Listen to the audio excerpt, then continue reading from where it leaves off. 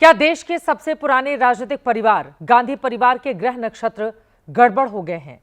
ऐसा क्यों? क्योंकि आज सुबह सोनिया गांधी के दामाद और सांसद प्रियंका गांधी के पति रॉबर्ट वाड्रा की पुरानी फाइल फिर से खुल गई। ईडी ने रॉबर्ट वाड्रा को गुरुग्राम के कथित जमीन घोटाले में पूछताछ के लिए बुलाया, तो शाम होते होते गांधी परिवार को एक और बड़ा झटका लग गया। नेशनल हेराल्ड केस में सोनिया गांधी और राहुल गांधी के खिलाफ ईडी के चार्जशीट दायर करने की खबर सामने आ गई। इसमें अपडेट यह है कि अब 25 अप्रैल को इस मामले की सुनवाई है, जो दिल्ली की राउज एवेन्यू कोर्ट में होनी है।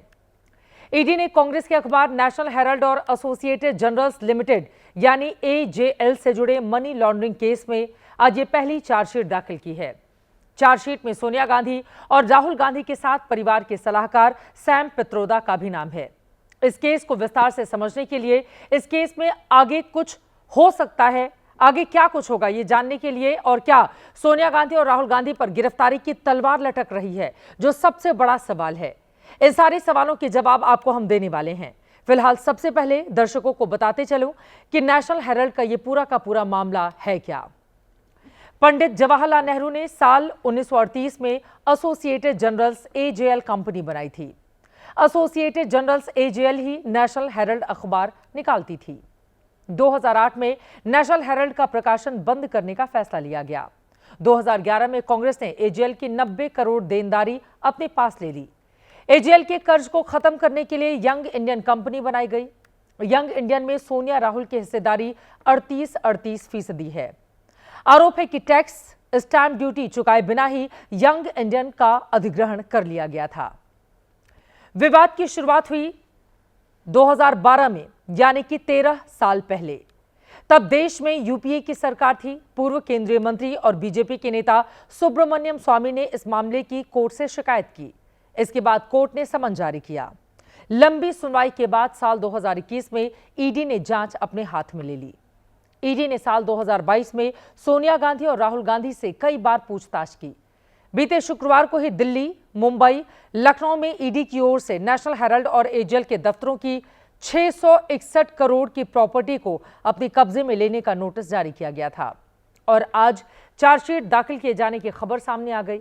अब कांग्रेस इस चार्जशीट को गांधी परिवार और कांग्रेस के साथ षड्यंत्र बता रही है और इसके विरोध में कल देश भर में सड़कों पर प्रदर्शन करने भी जा रही है।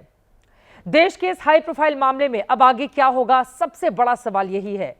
इस पर और ज्यादा जानकारी के लिए मेरे साथ मेरे दो सहयोगी जुड़ चुके हैं। अंकित गुप्ता हमारे साथ हैं, आशीष कुमार सिंह हमारे साथ जुड़ चुके हैं।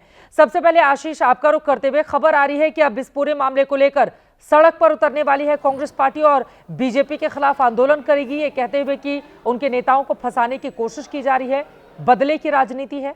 जी बिल्कुल, आप ठीक कह रही हैं चित्रा। कांग्रेस ने बहुत ज़्यादा देर पहले नहीं, कुछ देर पहले ही एक बाकायदा प्रेस रिलीज जारी करके अपने जितने भी यूनिट्स हैं पूरे देश भर में सबको ये कहा है कि इन्फोर्समेंट डायरेक्टरेट के सबसे बड़ी बात कि ईडी के दफ्तरों में सारे सेंटर्स में जा करके उसके बाहर बड़ा प्रदर्शन और विरोध प्रदर्शन करें, जिसमें सभी सांसदों और पार्टी के बड़े नेताओं को शामिल होने के लिए कहा गया है चित्रा। इसके साथ ही जितने भी सरकारी दफ्तर हैं उनका भी घेराव किया जाए। तो पैन इंडिया प्रोटेस्ट का कॉल किया है कांग्रेस पार्टी ने। आप बिल्कुल ठीक कह रही हैं, इसको एक राजनीतिक लड़ाई बनाने की कांग्रेस पार्टी कोशिश करेगी। जैसा आप जिक्र कर रही हैं, बाकायदा उस सर्कुलर में ये कहा गया है कि पॉलिटिकली वेंडेटा के तहत, एक पॉलिटिकल साजिश के तहत कांग्रेस के सीनियर लीडरशिप गांधी परिवार को फंसाने की कोशिश की जा रही है। एक पॉलिटिकल नैरेटिव ड्रॉ करने की कोशिश में ही कांग्रेस ने कल पूरे देश भर में प्रोटेस्ट का आह्वान किया। ये तो राजनीतिक बात हो गई, लेकिन अंकित गुप्ता का रुख करेंगे। अंकित, आपने ये खबर ब्रेक की थी और जिसके बाद हम सब ने देखा कि इस तरह की प्रतिक्रियाएं भी सामने आई। सवाल है, कानूनी तौर पर आगे क्या बचता है गांधी परिवार के लिए?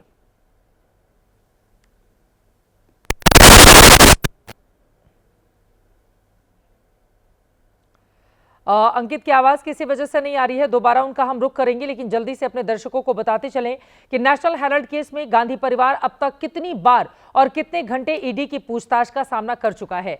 सोनिया गांधी से ईडी ने साल 2022 के जुलाई महीने में 12 घंटे पूछताछ की थी। तब इस पूछताछ में सोनिया गांधी का 100 सवालों से सामना हुआ था। 21 जुलाई को 3 घंटे में 25 सवाल, 26 जुलाई को 6 घंटे में 50 सवाल और 27 जुलाई को 3 घंटे में 25 सवाल सोनिया गांधी से पूछे गए थे। आपको याद भी होगा कि इस पूछताछ को कांग्रेस पार्टी ने कितना बड़ा मुद्दा बनाया था और देश भर में कांग्रेस के कार्यकर्ताओं ने सरकार के खिलाफ प्रदर्शन किए थे। 3 राउंड की पूछताछ में ईडी ने सोनिया गांधी से क्या क्या सवाल पूछे थे, अब मैं उसकी जानकारी आपको दे देती हूं।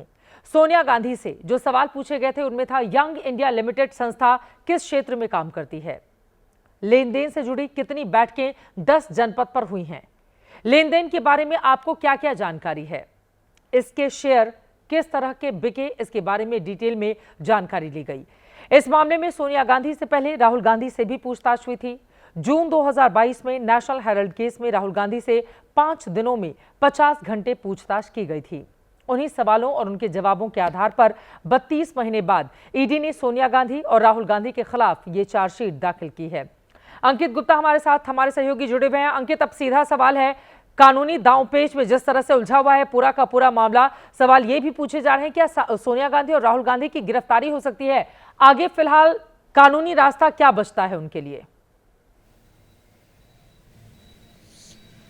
चित्रा, देखिए अब इस केस में जो अगली महत्वपूर्ण तारीख है वो है 25 अप्रैल, क्योंकि आज तो चार्जशीट दायर हो गई है, लेकिन 25 अप्रैल को जब अदालत सुनवाई करेगी तो वो ये देखेगी कि ये जो जांच एजेंसी प्रवर्तन निदेशालय यानी कि एनफोर्समेंट डायरेक्टरेट ने ये जो चार्जशीट दायर की है इस पर संज्ञान लेते हुए क्या इसको स्वीकार किया जा सकता है या नहीं। क्योंकि जो अदालत के सामने तमाम तथ्य आए हैं इस चार्जशीट के माध्यम से, अदालत यही देखेगी कि क्या वो तथ्य ऐसे हैं जिसके आधार पर इस केस को आगे बढ़ाया जा सकता है। अगर अदालत को ऐसे लगता है तो वो चार्जशीट को स्वीकार कर लेगी। अगर चार्जशीट को स्वीकार करती है तो क्या होगा, तो फिर वो सोनिया गांधी, राहुल गांधी समेत इस मामले में जो अन्य आरोपी हैं उनको समन जारी करेगी कि आप अगली तारीख पर अदालत में पेश होइए आरोपी के तर्ज पर। तब क्या होगा, तब ये तमाम आरोपी जिसमें सोनिया गांधी, राहुल गांधी हैं, उनको अदालत में आरोपी के तौर पर पेश होना होगा और उनको जमानत लेनी होगी। लेकिन अगर जांच एजेंसी उसका जो विरोध करती है कि इनको जमानत ना दी जाए, ये सबूतों के साथ छेड़छाड़ कर सकते हैं, तो मुमकिन है,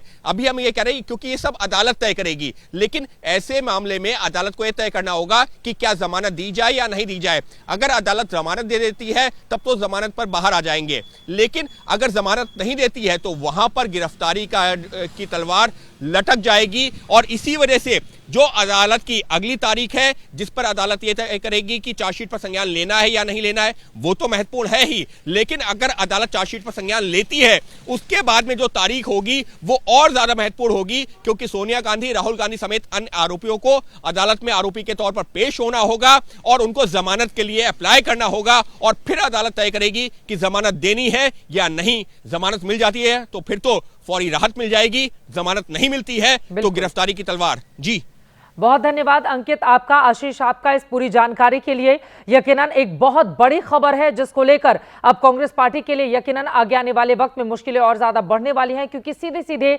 गांधी परिवार पर यह तलवार लटक रही है। सोनिया गांधी और राहुल गांधी के खिलाफ ईडी की चार्जशीट से कांग्रेस का पारा गर्म हो चुका है। वो इसे राज्य प्रायोजित अपराध और डराने धमकाने की राजनीति करार दे रही है। उनका यह भी कहना है कि कांग्रेस इस पर चुप नहीं बैठेगी। कांग्रेस के गुस्से का तापमान आप उनके नेताओं के बयानों में देख सकते हैं। एक केस है जिसमें कोई भी तथ्य नहीं है, निराधार है और अंततोगत्वा इसमें कोर्ट्स ये स्पष्ट करेंगे और इसको एक राजनीतिक प्रतिशोध की भावना से किया जा रहा है जो दर्शाया जा रहा है। कांग्रेस पार्टी को नस्तानाबूद करने की मोदी जी की साजिश है। ईडी तो इडियट है, जो मर्जी उसको कराया जा सकते हैं, उसमें हमें कोई परवाह नहीं, कोई फर्क नहीं पड़ता। मोदी जी को और बीजेपी पार्टी को हम डरते नहीं, ईडी सीबीआई से हम डरने वाला नहीं हो।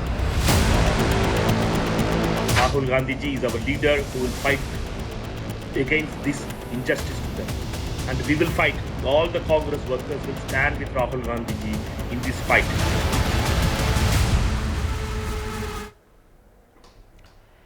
मेरा ये मानना है कि नेशनल हेराल्ड केस कोई आज से नहीं चल रहा। 13 साल हो चुके हैं और पूरी कानूनी प्रक्रिया के साथ ये केस आगे बढ़ रहा है।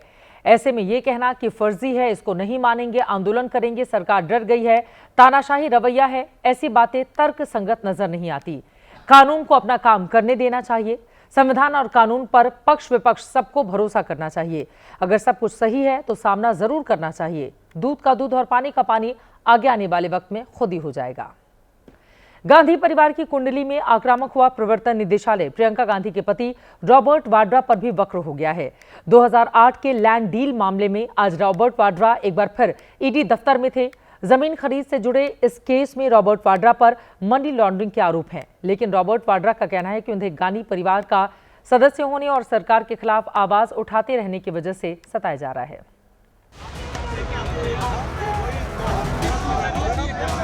जमीन वाली फाइल फिर से खुली तो ईडी के समन का जवाब देने समर्थकों के साथ रॉबर्ट वाड्रा पैदल ही ईडी दफ्तर पहुंच गए।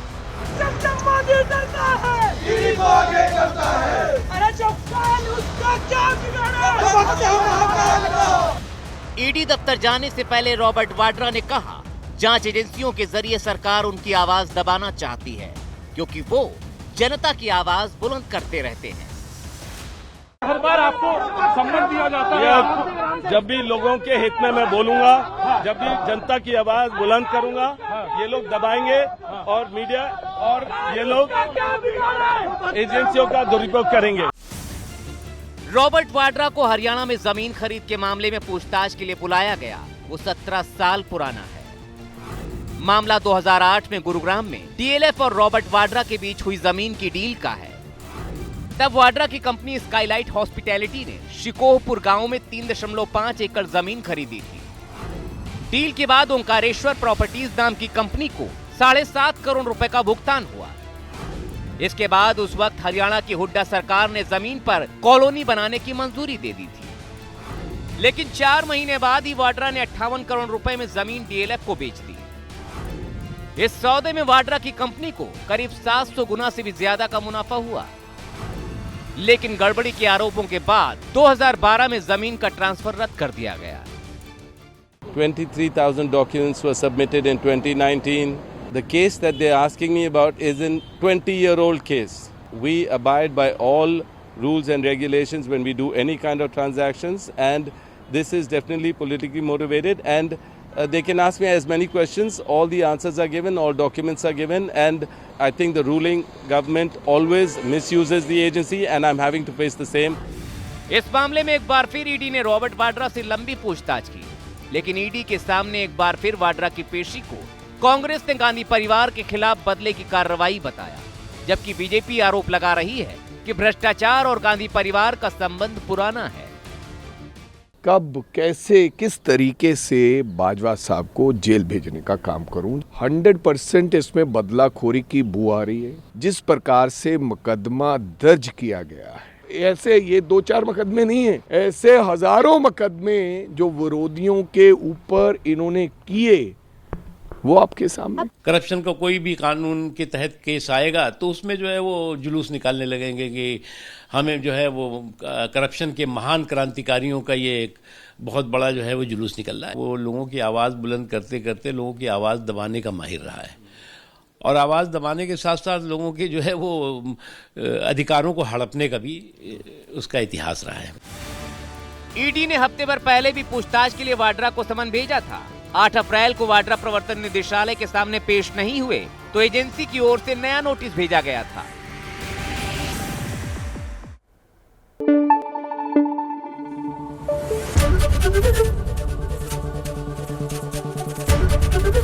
एबीपी न्यूज आपको रखे आगे।